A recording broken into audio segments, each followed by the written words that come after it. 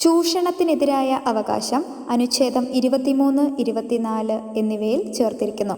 അടിമത്തം, മനുഷ്യക്കടത്ത്, നിർബന്ധിത ജോലി, ബാലവേല തുടങ്ങിയ ചൂഷണങ്ങളെ ഇല്ലാതാക്കി സുരക്ഷിത ജീവിതം ഉറപ്പു നൽകുകയാണ് ചൂഷണത്തിനെതിരായ അവകാശങ്ങളിലൂടെ ഇന്ത്യൻ ഭരണഘടന ചെയ്യുന്നത്.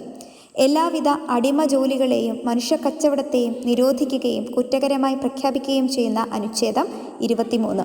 14 വയസ്സിൽ താഴെയുള്ള കുട്ടികളെ ഖനികളിലോ വ്യവസായശാലകളിലോ മറ്റ് അപകട മേഖലകളിലോ ജോലി ചെയ്യിക്കുന്നത് നിരോധിക്കുന്ന അനുച്ഛേദം 24.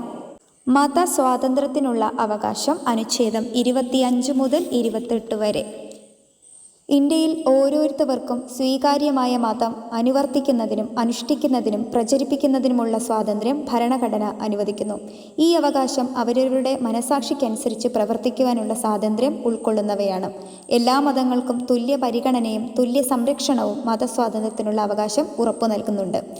മതസ്വാതന്ത്ര്യത്തിനുള്ള അവകാശങ്ങളിൽ പ്രതിപാദിക്കുന്ന അവകാശങ്ങൾ: ഓരോരുത്തർക്കും സ്വീകാര്യമായ മതം അനുവർത്തിക്കുന്നതിനും അനുഷ്ഠിക്കുന്നതിനും പ്രചരിപ്പിക്കുന്നതിനുമുള്ള സ്വാതന്ത്ര്യം, മനസാക്ഷിക്കനുസരിച്ച് മതസ്വാതന്ത്ര്യം പിന്തുടരുന്നതിനുള്ള സ്വാതന്ത്ര്യം, എല്ലാ മതങ്ങൾക്കും തുല്യ പരിഗണനയും തുല്യ സംരക്ഷണം. ഈ അവകാശങ്ങൾ പൊതുക്രമം, ആരോഗ്യം, ധാർമ്മികത എന്നിവയുടെ നിയന്ത്രണങ്ങൾക്ക് വിധേയമായിരിക്കും.